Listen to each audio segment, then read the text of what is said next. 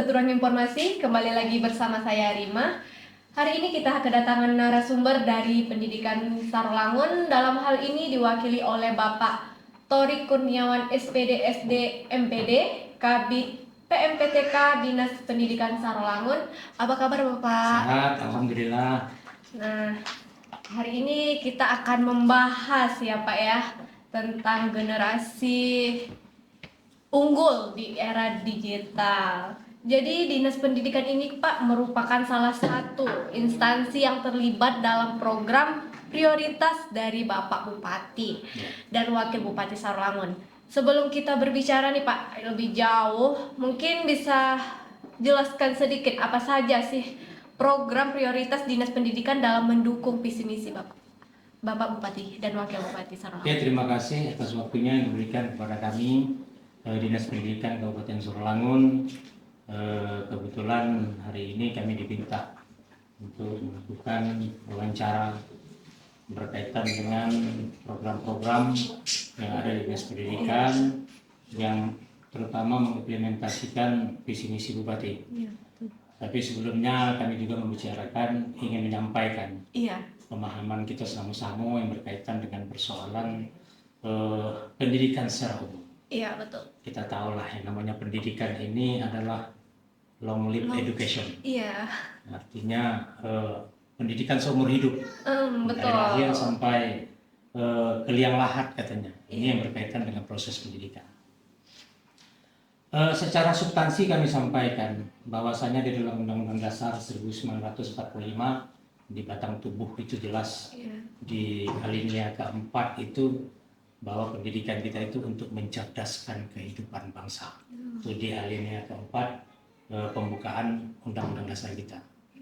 Dituangkan kembali di Undang-Undang Dasar 1945 pasal 31 bahwa semua masyarakat punya hak untuk mendapatkan pendidikan. Nah, di sini jelas bahwasanya pendidikan tidak lepas dari kewenangan negara kita untuk mengurusnya itu. Nah, di era yang sekarang yang berkaitan dengan persoalan pendidikan, banyak hal yang kita temui. Pendidikan mengalami proses, betul. Iya. Dari zaman kita dahulu sampai sekarang mungkin sudah berubah. Berubah, ya betul Pak. Paradigmanya, stigmanya juga sudah berubah. Iya. Nah, kami Dinas Pendidikan Kabupaten Sarolangun tentu harus menyelaraskan hal-hal yang berkaitan dengan program-program yang ada. Kita implementasikan dalam kegiatan belajar mengajar yang ada di bawah. Kita tetap berpatokan kepada Undang-Undang nomor 20 tahun 2003 tentang sistem pendidikan nasional. Kemudian ada lagi Undang-Undang Guru dan Dosen. Nah, ini menjadi patokan kita dalam urus yang berkaitan dengan apa isinya ya banyak. Apa itu? Pola pendidikan kita seperti apa.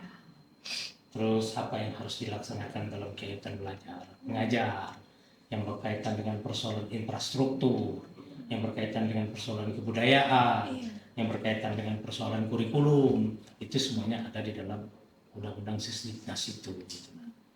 Nah, nyangkut persoalan yang berkaitan dengan persoalan pertanyaan tadi, bagaimana?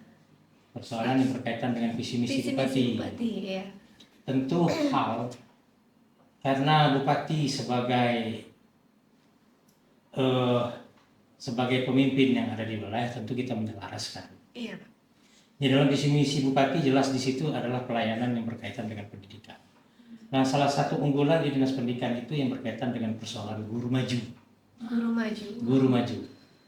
Nah, guru maju ini bagaimana konsepnya? Nanti kita bicarakan. Boleh.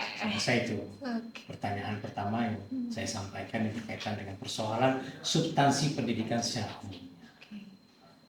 Berarti yang program prioritas Pak Bupati itu hanya itu ya? Guru maju tadi ya Pak? Ya.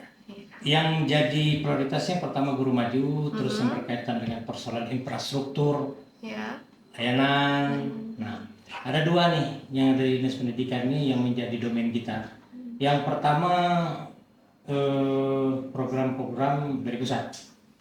Dinas Pendidikan Kabupaten Solo, Dinas Pendidikan yang ada di daerah ini, Ya. memang kita punya semacam kemitraan dengan, kalau sekarang namanya Kemendikdasmen, Kementerian Pendidikan Dasar dan Menengah.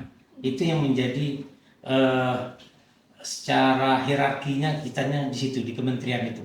Nah, di kementerian itu ada 3 yang ada di wilayah kita itu, di Jambi. Ya. Itu yang ada namanya BGTK. Ini yang berkaitan dengan persoalan guru dan tenaga pendidikan, yang berkaitan dengan kompetensi guru. Ada lagi namanya BMP. Apa itu? Itu Balai Mutu Pendidik. Ini yang berkaitan dengan persoalan infrastruktur. Ada lagi namanya bahasa. Nah, ini yang semacam balai yang ada di Provinsi Jambi. Ini yang mengimplementasikan kegiatan-kegiatan pusat itu yang ada dengan kita. Nah, 3 itu ya Pak ya? Tiga ini bahasa. Jadi bahasa-bahasa bahasa-bahasa Melayu yang harus dilestarikan, bahasa-bahasa daerah yang dilestarikan, menggunakan bahasa Indonesia, dan jangan sampai kita tertinggal dalam bahasa asing dalam bagian bahasa ini. Nah, itu yang berkaitan dengan pusat. Nah, mereka menyampaikan tentulah apa yang program-program prioritas mereka. Ada 11 prioritas dari Kemendikdasmen ini yang dituangkan di dalam Astacita Pak Prabowo. Ya. Yang pertama mungkin yang berkaitan dengan pembelajaran wajib belajar 13 tahun. Wajib belajar. Nah, kalau kita mengenal kan wajib belajar 12 tahun. Iya. Ada SD 6 tahun, ada SMP-nya 3 tahun. Iya, betul. Kalau sekarang wajib belajar 13 tahun. Nah, yang 1 tahun yang mana? Ini yang di TK. Iya. Nah, di TK inilah yang wajib belajar 1 tahun itu tadi. Jadi kami sudah mewajibkan anak-anak harus masuk TK dulu. Jadi TK-nya setahun, maka di tempat kami itu ada urusan ngurus Kabid PAUD. Nah, di PAUD-nya 1 tahun, 6 tahunnya di SD, SMP, di SMP-nya 3 tahun. Di 9, SMA, di SMA-nya 3 tahun. Nah, jadi 13 tahun ini programnya Astacita Pak Prabowo. Terus yang kedua, peningkatan kualifikasi kompetensi guru dan tenaga pendidik. Nah, kebetulan ini di bidang saya. Iya. Tenaga guru kita, kalau berbicara guru ada jumlahnya sebanyak 3.900 sekian guru yang ada di Kabupaten Solo. Wah, banyak ya Pak. Banyak. Tenaga pendidiknya ada sekitar 1.300-an. Tenaga pendidik ini adalah tenaga teknis yang ada di sekolah. Di sekolah. Nah, kalau berbicara kemampuannya kita butuh, tapi alhamdulillah untuk tenaga pendidik guru rata-rata 93% itu sudah S1. Kalau untuk guru. Untuk guru ya. Untuk guru 90 sekian persennya sudah S1. Nah, yang tamat SMA-nya tuh baru sekitar tinggal 2% lagi. Sedikit ya Pak ya. Kita di Diknas ini memang ada programnya untuk peningkatan mutu untuk bagian tenaga kependidikan dan tenaga teknis ini. Iya. Karena baru tenaga teknis yang tamat SMA ini 64%. Yang tamat S1-nya baru sekitar 24%. Iya. Nah, ini yang harus kita inikan lagi. Kalau bisa kemampuan, kenapa? Karena pendidik dan tenaga kependidikan ini kan ngurusnya orang-orang yang punya SDM yang tinggi. Iya. Karena ngurus SDM mereka harus punya kualifikasi dulu. Nah, ini zaman Pak Purmin sebagai Bupati ini rencana kita untuk memprogramkan peningkatan kompetensi guru ini seperti ini. Jadi menyelaraskan sama dengan kegiatan-kegiatan yang ada di pusat. Iya. Terus ada lagi kegiatan pembelajaran mendalam. Ini deep learning namanya. Ini menjadi program kita juga.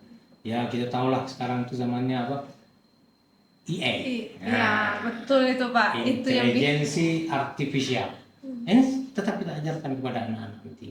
Terus talenta dan prestasi, pemenuhan perbaikan itu memang sudah menjadi kewajiban kita. Penguatan karakter, 7 karakter. Mungkin ibu-ibu bisa lihat anak-anak itu kalau misalkan ini berkaitan dengan persoalan sikap. Iya. Anak-anak masuk ke sekolah cium tangan guru, Kalau program Pak Urmin tuh harus baca baca doa dulu Sebelum belajar. sebelum belajar kita apa yasinan bersama, sholat berjamaah. Jadi penguatan karakter sikap ini tetap kita tuangkan di dalam kegiatan-kegiatan sebelum kegiatan belajar mengajar. Terus tes kemampuan akademik. Kalau dulu kita ada namanya ujian, ya nanti pakai soal, kemudian pakai nyiapkan pensil 2B, ya. Betul. Terus mulai kita membulat-bulatkan soal atau jawaban. Kalau sekarang sudah tidak ada lagi. Nah, sekarang namanya TKA, tes kemampuan akademik. Itu menggunakan digital. Artinya dipersiapkan di situ laptop sebanyak anak-anak udah ujian menggunakan itu.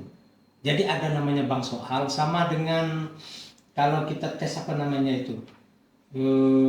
Kalau PNS itu tes apa itu namanya? CAT. Nah, anak-anak sekarang sudah pakai itu untuk tahun ini semua. Jadi guru-guru mempersiapkan ada yang 2 hari, ada yang 3 hari. Yang ujian-ujian anak kelas 6 dan anak kelas 3 SMP sudah menggunakan itu. Itu SD juga. SD juga, semua. Berarti sebelum ujian itu sudah diajarkan? Sudah diajarkan. Jadi semuanya sudah diajarkan. Karena mengajarkan anak-anak harus sudah dekat dengan persoalan-persoalan yang berkaitan dengan teknologi. Itulah. Nah ini Astacita Pak Prabowo ini dituangkan, nanti kita menyelaraskan dengan program Pak Bupati dalam hal yang berkaitan dengan persoalan pendidikannya ke depan. Apa yang menjadi program Pak Bupati selain infrastruktur yang ada, tentulah berkaitan dengan persoalan kompetisi guru tadi. Terus juga yang berkaitan dengan persoalan guru maju tadi. Karena yang menjadi konsen kita itu dalam persoalan guru maju. Nah, persoalan guru maju ini sekarang masih dalam konsep kita, masih kita kelola, masih menjadi konsep kita. Nanti akan kita programkan sebaik mungkin. Sekarang masih kita godok bagaimana cara yang terbaiknya. Karena kemarin tuh kita jujur saja kita kan program Pak Bupati itu untuk konsep guru maju ini awalnya kan untuk guru-guru yang ada di pedesaan-pedesaan yang kekurangan guru. Nah semenjak adanya P3K kemarin tahun kemarin pemenuhan guru ini sudah terpenuhi semua. Nah jadi kita mengkonsepkan untuk guru maju ini bagaimana stylenya, bagaimana programnya nanti ya ini lagi kita konsepkan sekarang. Tapi udah ada berjalan nggak Pak yang kegiatan guru maju ini? Belum ada. Masih di dalam konsep. Nanti rencana kita sudah kita konsepkan baru kita launchingkan nanti. Nah, bagaimana konsepnya nanti yang jelasnya memang kita menargetkan untuk anak-anak yang berkaitan dengan kalau masih dalam konsep ini anak-anak yang putus sekolah. Ya. Kalau berbicara berapa anak putus sekolah SD dan SMP yang ada di Kabupaten Sarawangun cukup banyak. Ya, Pak. Setelah kita ada minta data, kita sekitar 5.500 orang kita anak putus sekolah. Itu berapa desa itu Pak kalau? Rata-rata ada di semua desa. Semua desa ya. Ada di semua desa, rata-ratanya itu di tingkat SMP, SD, SMP dan SMA. Rencana kita konsep guru maju ini akan mengejar orang ini. Nah, kalau kita kejar orang ini agar dia tetap melaksanakan KBM, kan kasihan anak-anak yang putus. Ya berbagai persoalan yang berkaitan dengan persoalan ekonomi, persoalan dengan orang tuanya yang sudah bercerai, ini mengakibatkan. Nah, ini yang wajib kita telusuri dan harus kita wajib kita untuk mengurusi hal-hal yang seperti ini. Nah, itu berarti Pak nanti kan itu yang putus sekolah ya. Putus sekolah itu sepertinya biasa ada yang SD, SMP ataupun SMA. Itu prosesnya nanti di konsep itu digabungkan atau memang dia sudah SD, SMP tetap? Itu gimana tuh? Atau digabung semuanya yang putus sekolah itu dan putus sekolah itu rencana kita ini masih dalam konsep ya. Akan kita gabungkan tetap. Kita akan mencari rencananya bukan jenisnya semacam guru tapi semacam fasilitator. Kita akan mencari anak-anak yang yang smart, Iya. yang memahami yang berkaitan dengan persoalan teknologi. Iya. Anak-anak ini yang akan kita pilih. Mereka akan kita pilih. Nah, mereka ini akan menyusul semacam tutorial. Iya, Pak. Mereka ini. Nah, mereka ini yang akan melakukan pendataan. Mereka ini yang akan melakukan identifikasi. Kemudian mereka ini juga yang akan melakukan kegiatan belajar mengajar. Setelah kegiatan ini selesai, kalau anak kelas 3 SMP misalkan nanti, kalau selesai, ini akan kita berikan mereka, kita sambungkan mereka ini untuk ikut ujian paket C. Ada ujian paket B. Jadi kalau ini kita sudah ada rumahnya ini. Namanya tuh itu ada di program di PAUDI itu. Program paket C, paket A, paket B, paket C. Nah, anak-anak ini disusuri oleh mereka, nanti mereka ini akan menyiapkan yang berkaitan dengan persoalan ijazah mereka. Itu konsep dasar yang akan kita bangun agar anak-anak ini mereka punya identitas yang berkaitan dengan persoalan pendidikan yang depan. Berarti itu sekolah yang akan dibangun untuk guru maju ini? Tidak, mereka ini tidak, terserah mereka mau melaksanakan kegiatan belajar mengajar di mana. Bisa di musola, bisa di rumah. Iya, betul. Artinya tidak di satuan sekolah. Iya. Karena rumit juga, kadang-kadang anak-anak yang putus sekolah ini kadang-kadang kan mereka ada juga yang kerja. Iya, betul. Carilah waktunya. Yang penting jangan sampai mereka sekolahnya putus. Berarti dia harus ada luang waktu untuk belajar tadi ya, Pak ya. Berarti tapi dia tetap untuk mengikuti nanti ujian. Ya, ujian-ujian yang ada. Untuk kalau selama ini kalau orang ini kan ini yang harus ditelusuri oleh guru maju ini tadi. Karena konsep guru maju ini kan setidaknya memang guru-guru yang smart, guru-guru yang punya dedikasi, guru-guru yang punya mindset pendidikan yang ada. Rencana kita yang ada mungkin tamatan universitas nanti yang umurnya masih sekitar dari 25 tahun sampai 35 tahun. Nah, ini akan kita rekrut nanti. Ini hanya kita berbicara konsep guru maju. Kalau ini disetujui kita laksanakan. Mungkin ini kan belum masak konsep ini nanti. Masih masak nanti baru kita akan sebaik mungkin. Nah, oke Pak, kita lanjut ya. Nih, bagaimana nih Pak strategi pemerintah daerah dalam meningkatkan kualitas pendidikan saat ini? Berbicara kualitas pendidikan, tentulah kita berbicara masalah kualitas pendidik gitu. Iya. Kebetulan saya di Kabit KMPTK yang berkaitan dengan persoalan peningkatan mutu pendidik dan tenaga pendidikan. Yang saya sampaikan tadi, pendidik ini adalah guru, tenaga pendidik ini adalah tenaga teknis yang ada. Karena ini menyangkut persoalan yang berkaitan dengan persoalan SDM, sumber daya manusia. Bagaimana strategi kita? Nanti kita akan coba untuk bekerja sama, baik dengan GTK-nya, baik dengan Balai Guru dan Tenaga Pendidikan ini. Terus kita juga nanti akan bekerja sama juga dengan Balai PMP tadi, terus penjamin mutu, Balai Penjamin Mutu ini tadi. Terus kita juga nanti akan bekerja sama dengan Balai Bahasa. Karena tiga-tiga inilah yang berkaitan dengan persoalan peningkatan mutu. Kalau kerja sama kita baik, tentulah pendidikan kita akan baik. Karena kita berbicara target, kita sudah ada. Orang yang akan kita targetkan sudah ada. Yang mengisi materi sebagai narasumber kita sudah punya. Cuman kini itu sekarang tergantung niat kita ingin melaksanakan atau tidak. Insya Allah di zaman Pak Kurmin Pati, karena beliau juga sudah menyampaikan kepada kita, kualitas pendidikan harus baik. Karena ini berkaitan dengan persoalan pelayanan. Implementasinya apa? Ya kita yang harus mengimplementasikan. Kita kerjasama dengan tiga ini, kemudian target kita tetap guru-guru dan tenaga pendidikan. Insya Allah kalau ini sudah terbangun chemistry-nya dengan baik, insya Allah akan nampak ke depan kualitas pendidikan kita seperti apa nantinya. Kalau berkaitan dengan persoalan kesejahteraan guru dan tenaga pendidik, insya Allah ini sudah tercukupi, alhamdulillah.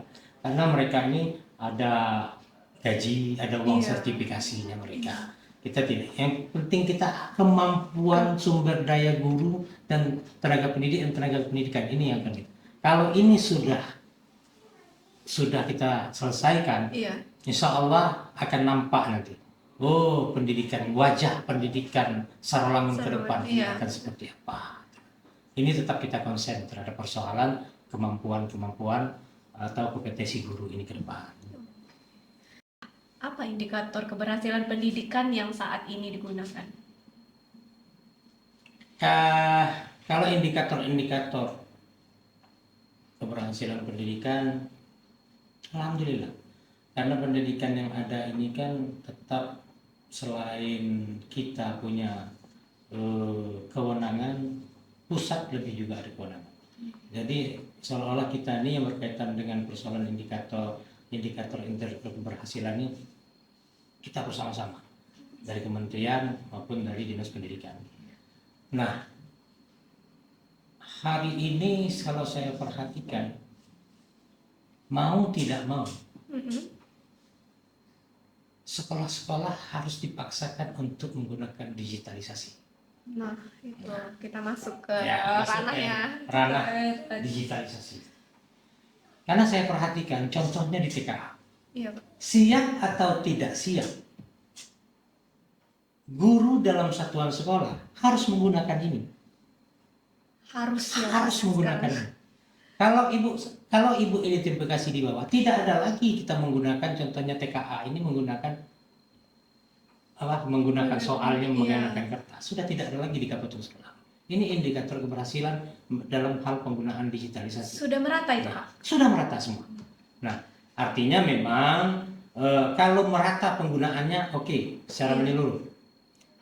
Tapi mungkin di sini, mungkin di daerah-daerah Batanghasai, daerah terdalam yang rumit, nah ini akan kita pindahkan ke daerah yang ada sinyalnya. Karena menyangkut yang berkaitan dengan persoalan teknologi, ini menyangkut persoalan jaringan.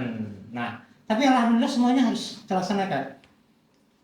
Sekolah anak-anak didik yang tidak ada jaringan, kita tempatkan dia di tempat jaringan yang luas. Contohnya di daerah Batanghasai. Tapi alhamdulillah TKA semuanya sudah berhasil. Karena ini sudah selesai ya, khusus tingkat SD dan tingkat SMP ini. Nah, apakah kita evaluasi? Ya. Apakah ada kekurangan? Ya, betul.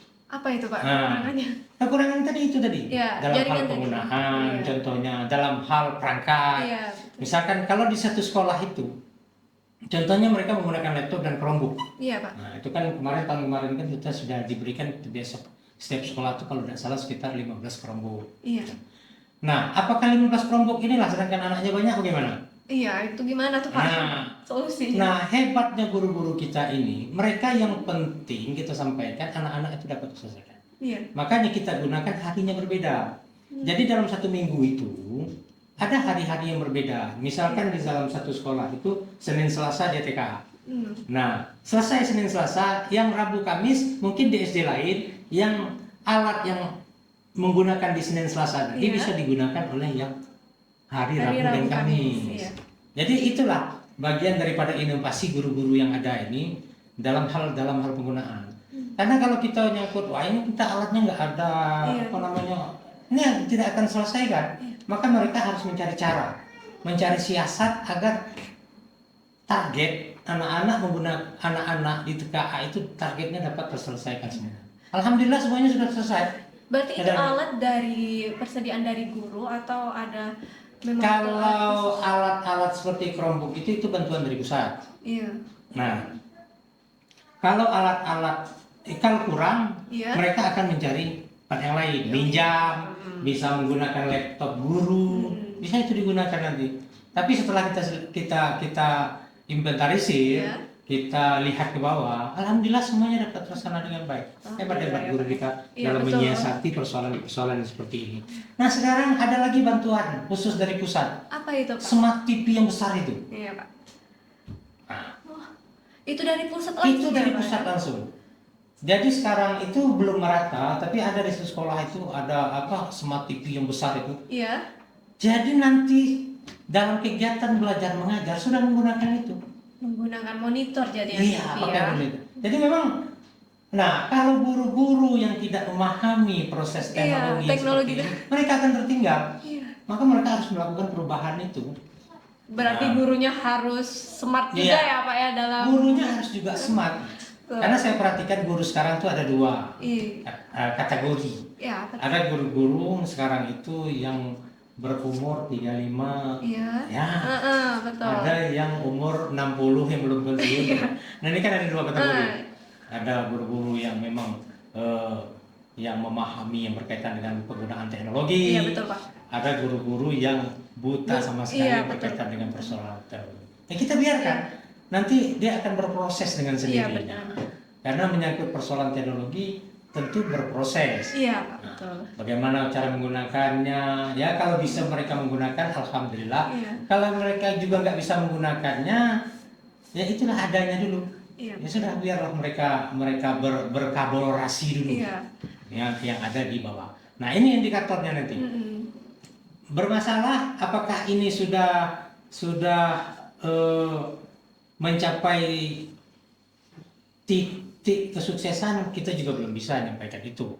Karena yang namanya pendidikan ini terus bergerak, terus berubah, jalan terus. Nah, output dari semua itu apa? Ya itu kalau nak berbicara output, kalau kita ini kan kabupatennya masih baru. Kalau kita nak disamakan dengan daerah Jawa, mungkin kita masih ada ketertinggalan. Iya. Tapi kita tidak pesimis. Iya, betul. Artinya hari ini dululah kita rasakan. Adik-adik sekarang dulu, kita dulu, mungkin zaman-zaman saya Iya. dulu belajarnya seperti apa? Masih pakai Ya, apa masih itu? pakai papan Kapur tulis, ya, Pak ya. masih pakai kapur. Hari ini sudah Aduh. tidak ada lagi Betul. menggunakan itu. Cek semua sekolah, nggak ada lagi kapur-kapur itu. Nggak ada Nah, lagi ya, Pak. hari ini menggunakan kertas yang banyak. Hari ini Betul, sudah Pak. tidak ada lagi. Karena memang zamannya sudah berubah. Nah ini yang harus kita selaraskan. Iya. Indikator output dari semua itu nanti akan nampak. Nah, kekurangan-kekurangan jelas ada. Itu Iya, nanti betul, kita akan evaluasi. Kekurangan itu nanti yang akan kita tambal. Kita selaku pemegang kebijakan yang ada di kabupaten ini. Oke, kita lanjut ya, Pak ya. Nah, ini apa saja sih kewenangan Dinas Pendidikan terkait generasi maju ini, apa semua kayak SD, SMP, SMA, kayak PAUD, TK, apa itu semua Di bawah naungan kita. Iya. Ya. Kalau Dinas Pendidikan Kabupaten Sarolangun itu membawahi kesatuan pendidikannya dari PAUD, Iya. terus SD, terus SMP. Iya. Kalau SMA itu adalah di bawah naungan provinsi. Iya. Kalau MTS, MIN, MAN itu di bawah naungan Kementerian Agama. Nah, berapa banyak satuan pendidikan yang ada di bawah naungan kita?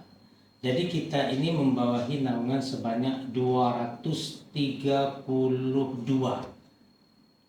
satuan pendidikan. Iya. Ini negeri. Negeri. Ya. Nah, kalau yang swasta banyak juga. Nah, itu swasta. Swasta Termasuk kewenangan enggak, Dinas itu Pendidikan? kewenangan penuh mereka ada dengan mereka. Cuman ada kita tuh hanya mengurusi karena tadi sudah dijelaskan bahwasanya kita ini kewajiban juga ngurus yang berkaitan dengan persoalan pendidikan, tetap di bawah naungan kita. Cuman lebih diprioritaskan kepada yang negeri. Kalau yang di swasta ini mereka punya kemandirian penuh terhadap persoalan yayasan-yayasan yang mereka mendirikan sekolah, tetap di bawah penguasaan penuh pengelolaannya kepada yayasan itu tadi. Nah, bagaimana yang mereka ini kalau yang berkaitan dengan persoalan administrasi mereka tetap menyampaikannya dengan kita, tetap di bawah naungan kita urusan-urusannya seperti itu. Gitu. Nah, kalau SMA tadi jelas provinsi, kalau di MAN tadi tetap di MTS Kementerian Agama. Nah, ini ada program-program unggulan dari Bapak Bupati Yang kita lihat di sini Pak, ada yang pertama guru maju di sekolah yang akan kekurangan guru, yaitu Iya. penyediaan guru di wilayah terpencil ya Pak ya. Bantuan untuk guru di wilayah terpencil dan insentif untuk guru non ASN di 11 kecamatan Oke. itu Pak. Nah, Saya bisa jelaskan satu jelaskan. persatu Iya ya. betul Pak. Ini memang konsen dari visi misi Pak Bupati ini yang Iya. berkaitan dengan persoalan guru maju. Di belakang tadi sudah saya menjelaskan tentang konsep dari guru maju. Kekurangan guru maju, alhamdulillah semuanya sudah teratasi. Karena apa? Karena kita ini punya tenaga kependidikan ini 4.595 orang. Tenaga kependidikan yang ada. Kalau kita presentasikan, Iya. jadi semua guru ini sekarang ini kalau dengan jumlah sekolah yang ada di negeri itu tadi, itu jumlahnya rata-rata sudah tercukupi. Dengan adanya rekrutmen P3K yang tahun kemarin 2 tahun berturut-turut, alhamdulillah kekurangan guru maju ini di zaman Pak Bupati sekarang ini alhamdulillah semuanya sudah tercukupi. Cuman persoalan kita menyisakan yang berkaitan dengan persoalan pemetaan. Nah, ini yang berkaitan dengan persoalan pemetaan. Ini kita akan atur untuk ke depannya. Mungkin, di sini kok terlalu banyak gurunya, sudah penuh, malah lebih. Di satu tempat ada yang masih kurang guru, paling itu. Tapi kalau secara keseluruhan dalam bingkai kabupaten, guru sudah cukup. Kebutuhan guru kita sudah cukup dengan jumlah yang, kalau guru itu jumlahnya sekitar 3.179 rasanya sudah tercukupi dengan tenaga ditambah tenaga kependidikan yang ada di sekolah-sekolah tersebut. Itu yang berkaitan dengan persoalan guru maju. Makanya konsepnya tadi itu guru maju ini mungkin akan kita coba untuk mengkonsepkan lebih baik lagi untuk menyasar tapi tetap di daerah terpencil. Iya. Tetap ada insentifnya. Itu, Contohnya kan kita ada daerah terpencil nih. Contohnya di Kecamatan Bau, ada di Kecamatan Batang Asai, ada di Kecamatan Limun. Air hitam tidak ya? Tidak termasuk daerah terpencil. Yang daerah terpencil itu daerah Batang Asai, daerah Limun, ada semacam daerah Kudis, daerah Bukit Bulan, ada daerah-daerah di Batin Pengambang, ada daerah-daerah daerah Spintun. Nah, paling itu nanti yang akan kita targetkan, lebih kita prioritaskan nanti.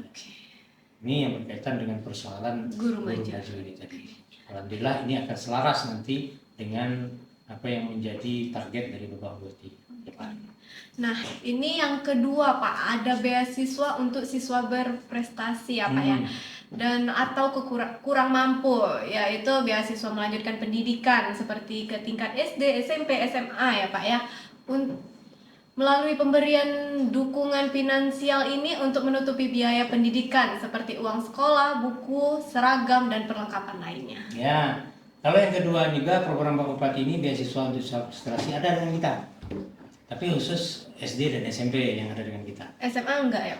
SMA itu nanti ada itu berprestasi yang di SD dan SMP. Iya. Ini dulu. Kalau SMA tadi itu ada, cuman yang untuk menjenjang yang selanjutnya ke perguruan tinggi. Nah, kalau kita ngurus yang SD SMP dulu. Ya, SMA mungkin nanti yang tapi berprestasi dan kurang mampu. Berprestasi dan kurang mampu. Ya. Ini berprestasi dan atau kurang mampu. Dua kategori ini cuma. Berprestasinya ada kategorinya, yang kurang mampunya ada kategorinya. Berbeda dengan yang nomor 3. Nomor 3 beasiswa berprestasi dan atau kurang mampunya, dua-duanya harus terlengkapi. Kalau dia berprestasi tapi anak orang kaya, mampu, itu rasanya gitu tidak. Tapi unsurnya 2, kurang mampu dan berprestasi. Itu akan kita ada biaya siswanya nanti. Itu adanya kalau yang nomor 3 ini ada di Kesra, di Kapak Kesra, di bagian Kesra di kantor Bupati. Kalau yang anggaran SD SMP-nya itu Putra Putri Serolangun, semacam uang sekolah, buku seragam itu ada di Dinas Pendidikan Kabupaten Serolangun. Nah, selain itu kita juga di sekolah itu kan ada dana BOS ya, Iya Pak. dana operasional sekolah itu. Nah mereka bisa gunakan ini untuk yang tidak mampu dibelikan bajunya atau apa segala macam.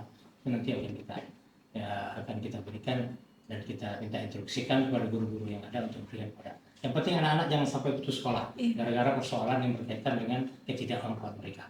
Itu tugas kita Dinas Pendidikan untuk melengkapi kebutuhan-kebutuhan khususnya anak-anak yang kurang mampu tadi. Izin Pak, mungkin saya mau bertanya. Itu mungkin di luar ini ya. Nah, ini kan yang kita mempersalahkan masalah bantuan ya Pak ya, jadi bantuan yang tidak mampu. Nah, ini biasanya di sekolah-sekolah, mungkin nggak saya sebut sekolah yang mana. Itu pernah terjadi saat saya sekolah, mungkin itu ada yang tidak mampu untuk membayar baju. Tidak mampu untuk membayar baju dan itu kena sanksi tidak bisa mengikuti ujian. Apakah itu ada pengaduan nggak Pak dari pihak entah itu masyarakat atau ibu-ibu yang anaknya yang sekolah langsung mengadu ke Dinas Pendidikan? Kalau rasa-rasanya hal-hal yang seperti ini tetap ada. Tidak mungkin lah dari sebagian sekolah semuanya. Cuman ini kita selesaikan masalahnya. Artinya tugas kita melayani masyarakat itu untuk menyelesaikan persoalan-persoalan masyarakat, khususnya di bidang pendidikan. Kalau apakah ada kasus seperti ini?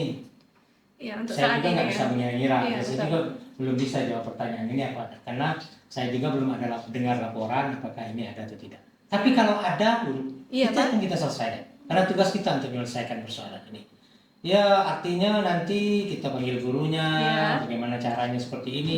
Yang sudah saya sampaikan tadi, tugas kita sebagai Dinas Pendidikan untuk menyampaikan kita melayani masyarakat dalam hal yang berkaitan dengan persoalan pendidikan. Kita pastikan jangan sampai anak-anak ini gara-gara persoalan-persoalan kecil ini mereka tidak bisa ikut ujian lah, mereka tidak bisa mengikuti kegiatan-kegiatannya, jangan sampai hal ini terjadi hari. Dan ini konsen dari Pak Bupati ini, hal-hal seperti ini harus diurus sebaik mungkin. Nah iya betul Pak. Karena beliau juga konsen terhadap persoalan-persoalan seperti ini. Karena ini urusan kemanusiaan. Iya Pak, betul. Bukan persoalan ada dan tidak ada. Ini persoalan kemanusiaan. Iya betul Pak. Ini kewajiban kita. Bukan harus menjadi kewajiban kita untuk mengurus persoalan-persoalan yang seperti ini. Karena kita ditekankan dari Pak Bupati juga, Kepala Dinas juga, Pak Arsad juga menyampaikan kita hal-hal seperti ini harus menjadi perhatian prioritas kita dalam urus-urus yang seperti ini. Oke, kita lanjutin ya Pak ya. Tadi yang ketiga udah langsung dijelasin nih sama Bapak. Langsung yang keempat, menyediakan air minum gratis di sekolah untuk mendukung program makan bergizi gratis dari pusat. Karena ini menyelaraskan itu yang saya sampaikan. Dinas Pendidikan harus selaras dengan kegiatan yang ada di pusat. Hari ini anak-anak kita makanan gizi gratis MBG, program Bapak Prabowo. Alhamdulillah semuanya saya lihat walaupun tidak merata, karena ini berkaitan dengan persoalan-persoalan di MBG itu sendiri. Tapi alhamdulillah untuk Sarolangun ada titik-titiknya sudah. Kami juga survei, anak-anak juga senang dalam hal yang persoalan seperti ini. Nah tugas kita menyiapkan air minumnya, airnya selaras. Jadi program Pak Bupati itu setiap sekolah itu harus menyiapkan air minum gratis. Air minum gratis itu dalam artian ada galonnya. Jadi anak-anak nggak lagi mencari-cari. Oh di mana air minum? Di mana kita minum? Nggak lagi. Bukan hanya makanan tadi aja. Bukan hanya makanan, minuman. Seperti air galon di setiap sekolah semuanya harus ada. Ini program Bapak Bupati ini tadi. Nah, bagaimana ini nanti? Nah ini program ini yang tahun ini yang harus kita pastikan dalam tahun ini semuanya sudah menyediakan yang menjadi program Bapak Bupati ini tadi. Semuanya ini yang menjadi konsen kita hari ini. Kita survei ke bawah, kita lihat ke bawah, pastikan apakah sekolah-sekolah itu sudah menyiapkan air minum gratis untuk anak-anak didik yang ada di sekolah itu. Tapi sudah ada yang melakukan ya Pak ya? Sudah, dari awal tahun kemarin ini sudah ada yang melakukan. Apakah sudah menyeluruh? Nah, ini nanti kita evaluasi nanti. Belum ada, kalau belum ada ya kita perintahkan untuk mengadakan. Itu harus siap menyediakan. Ini karena sudah menjadi program bupati dalam urusan yang seperti ini. Nanti kita evaluasi dari akhir tahun, nanti kita bisa mengevaluasi mana sekolah-sekolah yang belum menyediakan ini. Tapi alhamdulillah rasa-rasanya bukan rasa-rasa ya. Iya.